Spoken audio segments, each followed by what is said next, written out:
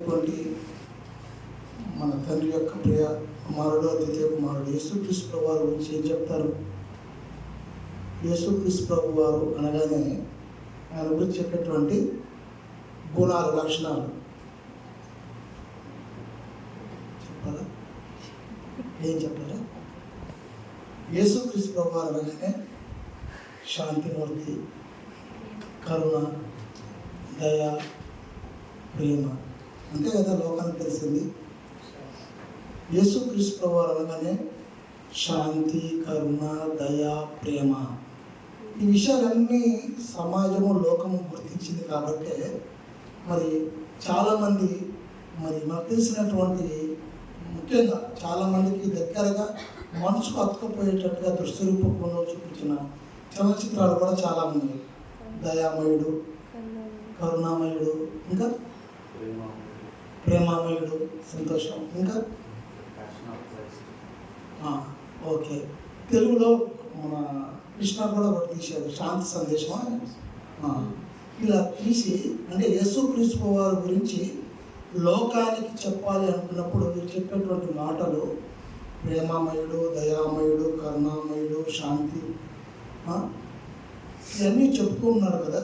మరి ఇలా చెప్తున్నప్పుడు ముఖ్యంగా డిసెంబర్ మాసంలో మనం వచ్చాం కాబట్టి ప్రపంచానికి తెలిసినటువంటి యేసుక్రీస్తు మాటలలో కొన్ని మాటలు ఆలోచించుకుందాం ఈరోజు.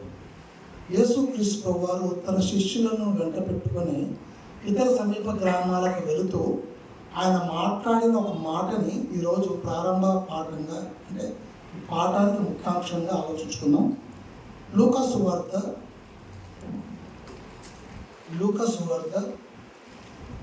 22వ అధ్యాయము, లూకా సువార్త 22వ అధ్యాయము 35వ వచనము, అదేవిధంగా 36వ వచనము. మరియు ఆయన సంచియు జాలియు చెప్పులను లేకుండా నేను మిమ్మల్ని పంపినప్పుడు మీకు ఏమైనాను తక్కువైనా అని వారిని అడిగినప్పుడు వారు ఏమీ తక్కువ కాలేదనేది. యేసుక్రీస్తు ప్రభువారు మరి సువార్త ప్రకటించడానికి వాళ్ళ శిష్యులను పంపినప్పుడు మీకేమైనా తక్కువైందా అని అడిగినప్పుడు శిష్యులు చెప్తున్న మాట ఏంటంటే మాకేమీ తక్కువ కాలేదు అన్నాడు. అందుకు ఆయన 36వ వచనం, అందుకు ఆయన ఇప్పుడైతే సంచి గలవాడు సంచియు జాలియు తీసుకుని పోవలేను అని చెప్పి కత్తి లేనివాడు తన పట్టణాన్ని కత్తి కొనుక్కొనవలేను అన్నాడు. ఇక్కడ నేను చెప్పాలనుకున్నటువంటి మరి విషయం ఏంటంటే, క్రీస్తు శిష్యులను కత్తి ఎందుకు కొనుక్కోమన్నాడు? ఎవరైనా చెప్పగలరా? క్రీస్తు శిష్యులకి కత్తి ఎందుకు కొనుక్కోమని చెప్పాడు? బాగా ఆలోచించండి. ఎందుకంటే లేఖనాల పరిశోధన సదస్సులో మనం ఉండి నిత్య విద్యార్థులుగా పాఠాలను మనం ఆలోచించుకుంటున్నాము, లేఖనాలను పరిశోధిస్తున్నాం కదా. ఏ మాట చెప్పినా దాని వెనకాల ఏదో అర్థం అనేది ఉంటుంది కదా. మరి శిష్యులకి చెప్పిన మాట ఏంటి? సంచియు జోలియు తీసుకోవాలన్నాడు. అంతేకాకుండా మీకున్న బట్టలు అమ్మేసి మరి కత్తి కొనమన్నాడు. ఎందుకు కొనమన్నాడు కత్తి? బాగా మీకు తెలిసింది ఆలోచించి చెప్పండి. యుద్ధానికి వెళ్దామన్నా, గొడవకు వెళ్దామన్నా, గొడవలకి యుద్ధాలకి వెళ్దామని శిష్యులకి ఏమైనా కత్తి కొనమన్నాడా? కాదు కదా. ఈ వాక్యభాగం మీకు బాగా అర్థం కావాలంటే నిజంగా మనుషుల హృదయాలని లేదా ప్రపంచాన్ని జయించాలంటే యేసుక్రీస్తు వారి మాటలు తప్ప ఏ మాటలు పనికిరావు.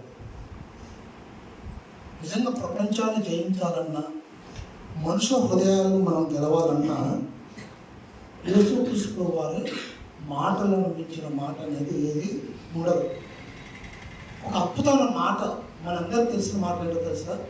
తన్ను తాను తగ్గించుకున్నవాడు హెచ్చించబడును, తన్ను తాను హెచ్చించుకున్నవాడు తగ్గించబడును. ఈ మాట ఎవరో చెప్పగలరండి?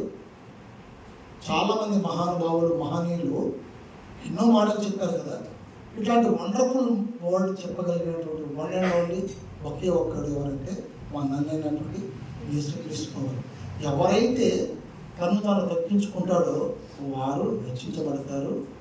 ఎవరైతే తను తాను హెచ్చించుకుంటూ గొప్ప అవ్వాలి, సమాజంలో పేరు ప్రఖ్యాతులు సంపాదించుకోవాలనుకుంటాడో వాడు తగ్గించబడతాడని చెప్పిన ఒకే ఒక్క వ్యక్తి మన అన్నైనటువంటి యేసుక్రీస్తు.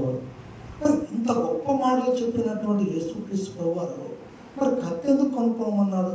అసలు యేసుక్రీస్తు చెప్పిన మాటలు కొన్ని ఆలోచించుకుంటే మరి ఆయన మనస్తత్వం ఏంటో మనం బాగా ఆలోచించుకున్నాం. మత్తయి సువార్త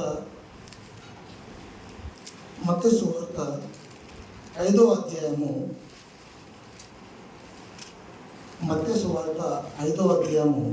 38వ వచనం.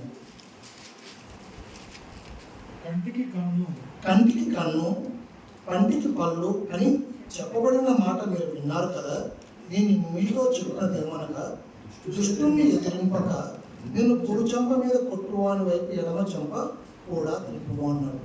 మనం అందరం ఆలోచించుకునేటట్టు మనందరం ఎక్కువగా ఈ వచన భాగాలు గ్రహించిన విషయం ఏంటంటే, ఎవరైనా మన కుడి చెంప కొడితే ఎడమ చెంపని చూపమన్నాడు కదా. దానికంటే ప్రాముఖ్యమైనటువంటి మాట ఒకటి రాయబడింది.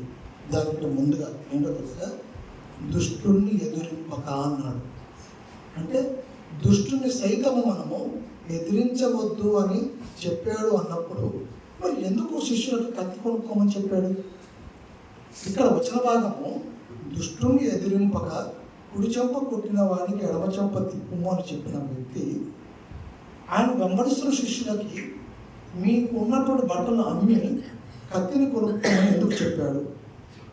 బాగా ఆలోచించుకుంటే మరి ఆయన చెప్పిన మాటలు కొన్ని ఏది మాట్లాడినా దాని వెనకాల గూఢార్థం ఉంటుంది. అంటే యేసుక్రీస్తు వారు ఏది మాట్లాడినా రూపకలంకారంగా చెప్తూ ఉంటాడు.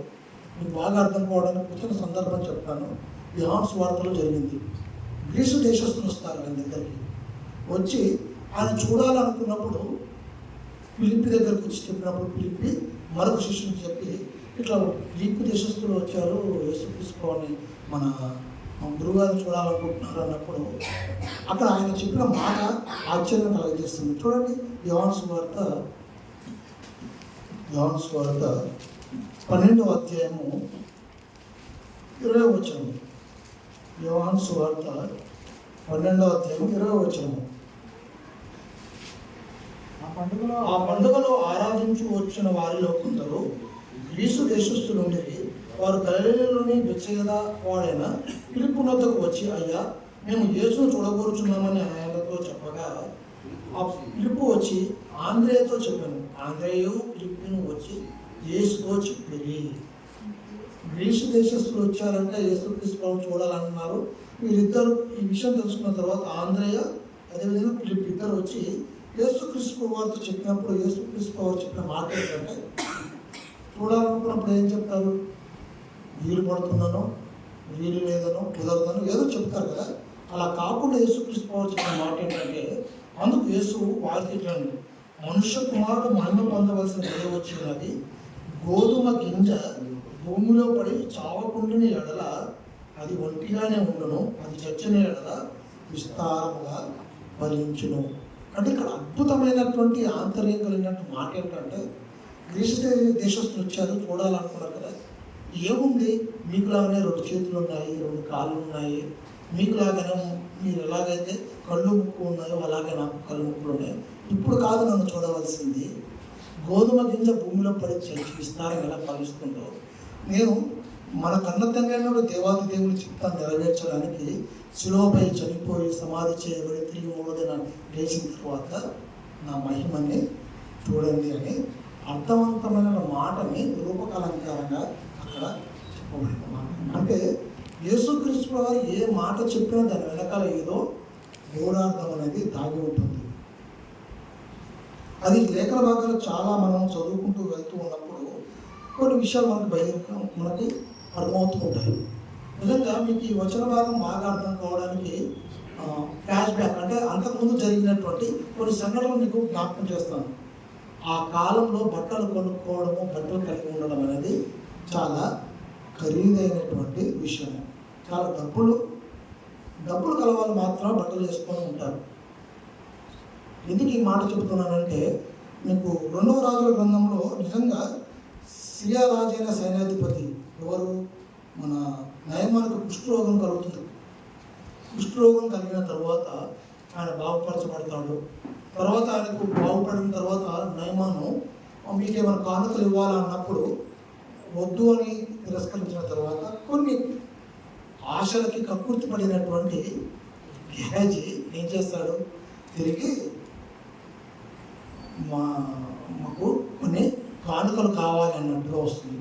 అక్కడ రాయబడిన మాట కూడా మీరు జాగ్రత్తగా చూస్తే కానుకల్లో బట్టలను కూడా అక్కడ చేర్చడం జరిగింది. చూడండి 2వ రాజులు 5వ అధ్యాయము 23వ వచనంలో చూడండి. అందుకు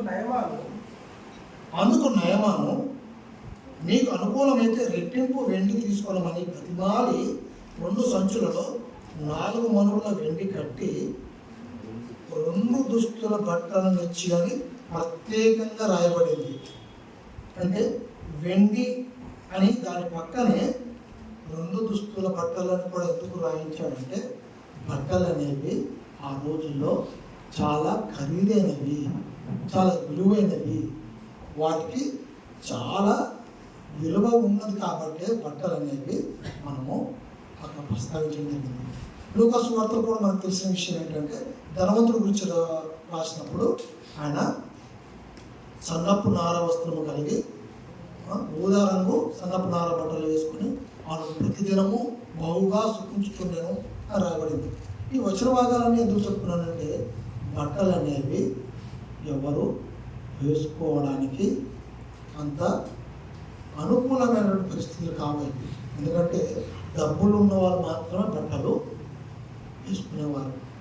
అలా బట్టలు వేసుకునేవారు కాబట్టి యేసుక్రీస్తు వారు వచ్చే సమయానికి ఆయన చెప్పిన మాట ఏంటంటే, మీ సంచి జోలియు తీసుకొని బయలుదేరండి, అంతేకాకుండా మీకు కలిగిన బట్టలు అమ్మి కత్తిని కొనుక్కోమని చెప్పడం జరిగింది. నిజంగా ఇక్కడ ఈ వాక్యపు భాగం యొక్క అర్థం తెలుసుకోవడానికి కారణాలు చూద్దాం. అసలు ఏంటి కారణం అన్నప్పుడు, కత్తి కొనుక్కొని ఏమైనా కూరలు అనుకుంటారా వాళ్ళు? లేదా ఏమైనా యుద్ధానికి వెళ్ళాలని ప్రయత్నిస్తున్నారా? లేదా ఎవరితో ఉన్న గొడవ పడాలన్న ఆలోచన ఉందా? లేదే. అట్లాంటివి ఏమీ లేవు కదా. అవి ఏమీ లేనప్పుడు కత్తి ఎందుకు కొనుక్కోమన్నాడు? మీకు ఇంకా బాగా అర్థం కావడానికి, యేసుక్రీస్తు ప్రభువును అప్పగించడానికి మరి ఇస్కరియోతు యూదా ప్రయత్నిస్తున్న సమయంలో ఒక సైన్యంలోకి వెళ్ళి ఒక అతను వచ్చి ఆయన పట్టుకోబోతుంటే తుడుకు స్వభావము ఫైర్ బ్రాండ్ ఎవరు, పేతురు గారు దగ్గరికి రాగానే ఆయన చేసిన పని ఏంటి, తన వరలో ఉన్నటువంటి కత్తిని తీసి చెవిని నరుకుతాడు. ఎందుకు? అసలు పేతురు గారు చేపలు పట్టేటువంటి జాలరి. ఎందుకంటే సముద్రంలోకి వెళ్ళినప్పుడు చాలా ప్రమాదాలు జరుగుతాయి కాబట్టి వారు రక్షణ కోసం కత్తిని వారు కలిగి ఉండడం అనేది సర్వసాధారణం. అందులో ఫైర్ బ్రాండ్ ఉన్నటువంటి పేతురు గారు ఏంటంటే, యేసుక్రీస్తు ప్రభువు దగ్గరకు వచ్చి పట్టుకునేప్పటికే కత్తితోటి చెవి నరికేసినప్పుడు యేసుక్రీస్తు ప్రభువు ఏం చెప్పాడు? మనమైతే ఏం చెప్తాం? ఒకవేళ మనల్ని అనుకోండి, మనకు ఫాలో అయ్యే వాళ్ళు ఉంటారు, అంటే మనమంటే ఇష్టపడే వాళ్ళు, ఎప్పుడు మనతో పాటు తిరిగే వాళ్ళు, మనకి ఏదైనా ఆటంకం వచ్చి ఇబ్బంది పడినప్పుడు హెల్ప్ చేయడానికి నిలబడ్డారనుకో, వెంటనే ఏమంటాం? ఆ ఒక్క చెవు కాదు, అవతల చెవు కూడా నరికేసి అంటారు. నరకాల్సిన చెవు కాదు, తలే అంటారు వేగంగా. అవునా? కాకుండా యేసుక్రీస్తు ప్రభువు ఏం చెప్పారు చూద్దాం. నిజంగా యేసుక్రీస్తు ప్రభువు ఏం చెప్పారు మనం చూడగలిగితే,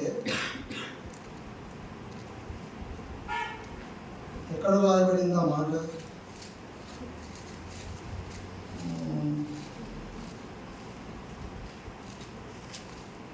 దయచేసి ఆ వచ్చిన భాగం నాకు అందించండి. ఎక్కడ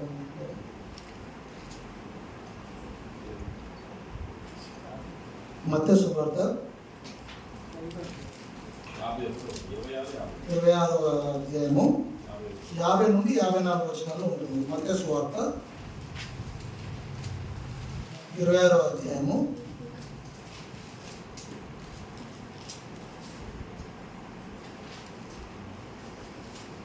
50 50 నుండి 54 వచనాల్లో ఉంటుంది.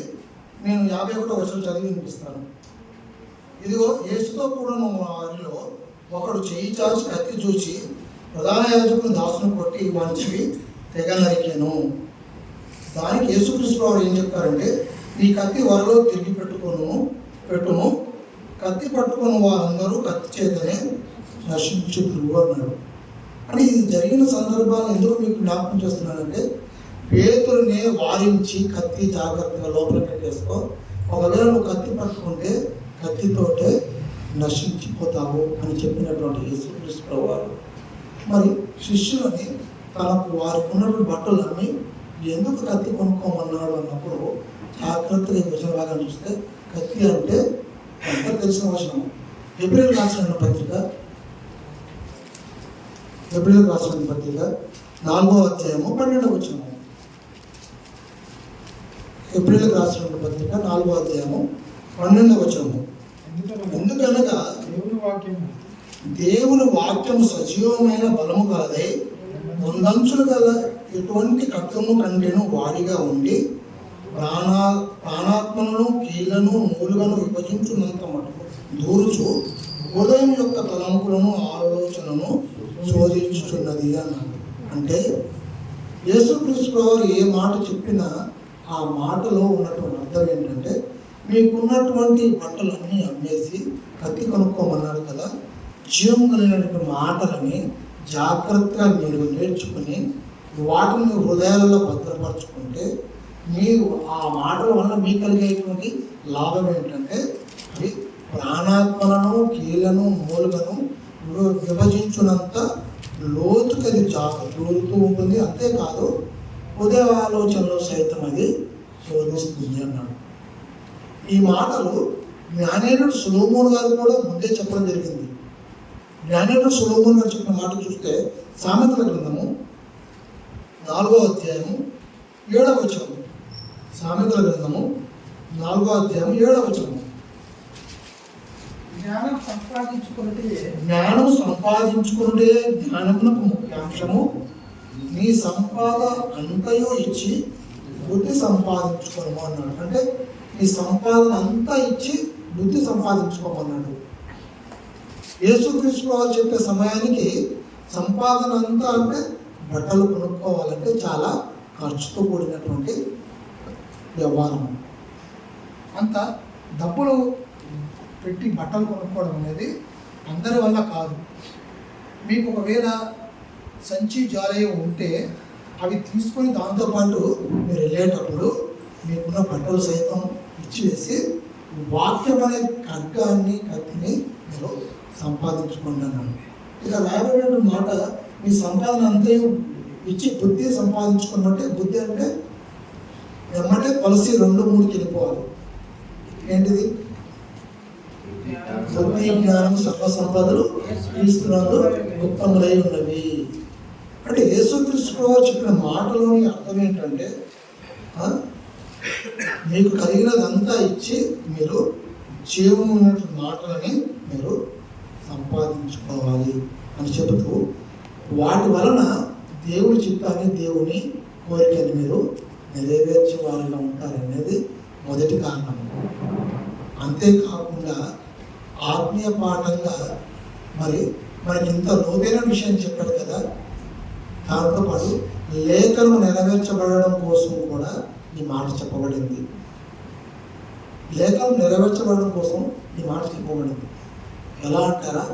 అదే లూకాసు వార్త 22వ అధ్యాయము 37వ వచనం చూడండి. లూకాసు వార్త 22వ అధ్యాయము 37వ వచనం. ఆయన అక్రమాత్ములలో ఒకడుగా ఎంచబడిన అని రాయబడిన మాట నా యందు నెరవేర్చవలసి ఉన్నది. ఏలయనగా నన్ను కూర్చున్న సంగతి సమాప్తమవుతున్నదని మీతో చెప్పుచున్నాను అన్నాడు. అంటే అక్రమార్కులలో ఒకటిగా ఈయన పేరు రాయబడాలి అన్నాడు. అది లేఖనాల్లో రాయబడిందంట. మనం చెప్పగలరా ఎక్కడ ఉందో అది లేఖనాలలో? అక్రమార్కులలో ఒకరిగా ఎంచబడాలి అని లేఖనం ఎక్కడ రాయబడింది? ఆ మాట ప్రవక్తలో పెద్ద ప్రవక్త అయినటువంటి యెషయా గారు రాయించాడు. యెషయా గ్రంథము 53వ అధ్యాయము 12వ వచనం. యెషయా గ్రంథము 53వ అధ్యాయము 12వ వచనం. 12వ వచనము రెండో భాగం నేను చదివి వినిపిస్తాను చూడండి. ఏలయనగా మరణము నూలున్నట్లు అతడు తన ప్రాణమును దారపోసను, అతిక్రమము చేయు వారిలో ఎంచబడిన వాడాయను, అనేకుల పాపమును భరించుచు తిరుగుబాటు చేసిన వారిని గురించి విజ్ఞాపన చేసెను అన్నాడు. అంటే లేఖనాలలో యేసుక్రీస్తు వారు శరీరధారిగా భూమి మీదకి రాకమునిపే ప్రవక్తల్లో ప్రవక్త పెద్ద ప్రవక్త యెషయా గారి ద్వారా ఆయన చెప్పబడిన మాట ఏంటంటే అతిక్రమం చేయు వారిలో ఎంచబడాలంటారు యేసుక్రీస్తు వారు. యేసుక్రీస్తు వారు పాపము కానీ తప్పు కానీ నేరం కానీ ఎక్కడ చేసినట్టుగా ఉండదు. కానీ అతిక్రమము చేయు వారిలో ఎంచబడాలి అని లేఖన భాగంలో రాయబడింది కాబట్టి అది నెరవేర్చడం కోసం ఆయన చెప్పిన మాట అది. లూకాసు వార్త 22వ అధ్యాయము 35 నుండి 36, 7 వచనాలు.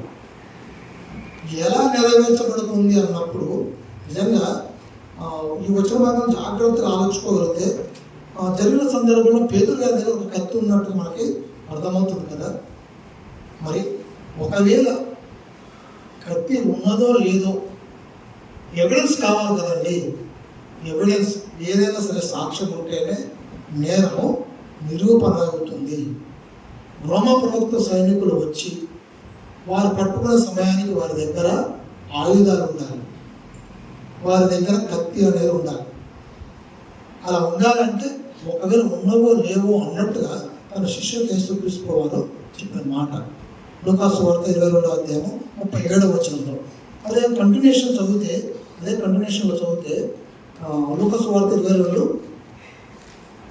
38వ వచనంలో వారు ప్రభువా ఇదిగో ఇక్కడ 2 కత్తులు ఉన్నవనగా చాలునని ఆయన వారితో చెప్పాను. అంటే 2 కత్తులు ఉన్నవి అనగానే ఇక మీరు బట్టలు అమ్మవలసిన అవసరం లేదు, చాలు. రోమా సైనికులు వస్తారు, రాగానే మన దగ్గర కత్తులు ఉన్నట్టుగా ఉంటాయి. వీరు రాజు మీద దేవుడు అనేది రాజ్యం మీద వ్యతిరేకులుగా దేశ నేరము అంటే దేశద్రోహులుగా నేరం ఎంచబడడానికి వారికంటూ ఒక ఎవిడెన్స్ ఉండాలి.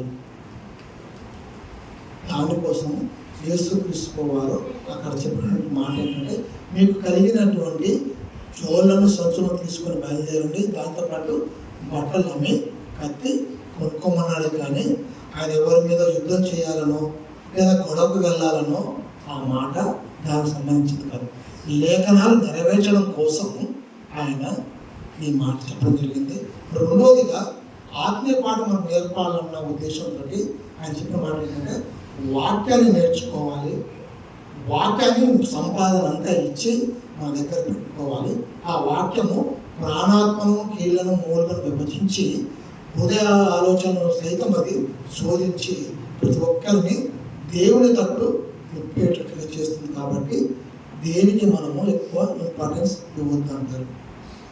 కానీ ఇప్పుడున్నటువంటి చాలామంది మత ఛాందసవాదులు వాళ్ళు అనేది ఏంటంటే యేసుక్రీస్తు వారి చేతిలో పెట్టిన మూడు శీలనే ఒడవిప్పులేకపోయాడు, ఆయనేం దేవుడు మీకు అంటారు కదా. అలా తీసుకోలేక కాదు, అది యేసుక్రీస్తు వారు తనకు ఉన్నటువంటి శీలలో మీకు తీసుకోవాలి కానీ అలా ఉండిపోలేదు. లేఖన భాగాలు నెరవేర్చాలి. ఆయన అట్లా శిలువలో తన ప్రాణాన్ని అర్పిస్తేనే అందరికీ రక్షణ వస్తుంది. చనిపోయి సమాధి చేయబడి తిరిగి 3వ దినాన లెగిస్తేనే ఆయన మహిమ ఏంటో, ఆయన గొప్పతనం ఏంటో, దేవుని యొక్క గొప్పతనం ఏంటో తెలుస్తుంది. ఒకవేళ మనుషులు ఉన్నట్టుగా తాను రక్షించుకోగలిగితే మనకు రక్షణ అనేది రాకపోయేది.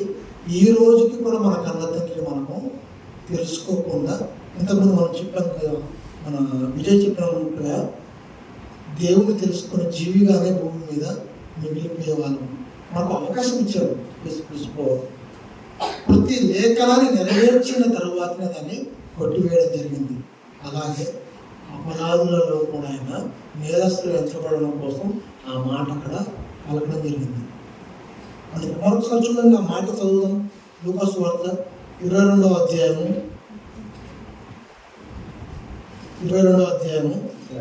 35 నుండి 38 వరకు ఒకసారి చదివితే, ఆయన సంచియు జాలియు చెప్పులు లేకుండా నేను మిమ్మల్ని పంపినప్పుడు మీకు ఏమైనా తక్కువైనా అని వారిని అడిగినప్పుడు వారు ఏమీ తక్కువ కాదన్నారు. అందుకు ఆయన, ఇప్పుడైతే సంచి గలవాడు సంచియు జాలియు తీసుకొని పోవాను, కత్తి లేనివాడు ఎవరి దగ్గర కత్తి లేదో కత్తి లేనివాడు తన బట్టలన్నీ కత్తి కొనుక్కొనవలెను అని చెప్పి, ఆయన అక్రమార్కులలో ఒకరిగా ఎంచబడను అని రాయబడిన మాట యెషయా గ్రంథంలో ఉంది కదా, అది నా యందు నెరవేరవలసి ఉన్నది. ఏదైనగా నన్ను కూర్చున్న సంగతి సమాప్తమవుతున్నదని మీతో చెప్తున్నాను నేను. వారు, ప్రభువా, ఇదిగో ఇక్కడ 2 కత్తులు ఉన్నవనగా చాలునని ఆయన వారితో చెప్పాను. నిజంగా లేఖన భాగాలను నెరవేర్చడం కోసం ఆయన ఇలాంటి మాట చెప్పి ఒక ఆత్మీయ పాఠాన్ని మనకు నేర్పించాడు. రెండోది, మన శిష్యులకి లేఖనాల్లో నా గురించి ఇట్లా రాయబడింది కాబట్టి అది నెరవేర్చాలంటే మన దగ్గర కత్తులు ఉండాలి అని చెప్పు. కత్తులు 2 ఉండేవి అనగానే ఇక మీరేమి బట్టలు అమ్మవలసిన అవసరం లేదు, ఆ 2 కత్తులు చాలు అని చెప్పి లేఖనం నెరవేర్చడం మనం అక్కడ గ్రహించగలము. నిజంగా ఈ వచనభాగం చదివిన తర్వాత ఆయన అక్రమార్కులలో ఒకరిగా ఎలా ఎంచబడ్డాడు అనేది కూడా మనం ఆలోచించుకోవాలి. కత్తి ఉంటే సరిపోయిందా? అక్రమార్కులు ఎలాగో ఎంచబడ్డాడు, ఎలా ఎంచబడ్డాడు? ఒక వచన భాగం చదివి నా మాట ముగించుకుంటాను. దయచేసి మార్కు సువార్త అక్రమార్కులు ఎలా ఎంచబడ్డాడు చూద్దాము. మార్కు సువార్త 15వ అధ్యాయము, మార్కు సువార్త 15వ అధ్యాయము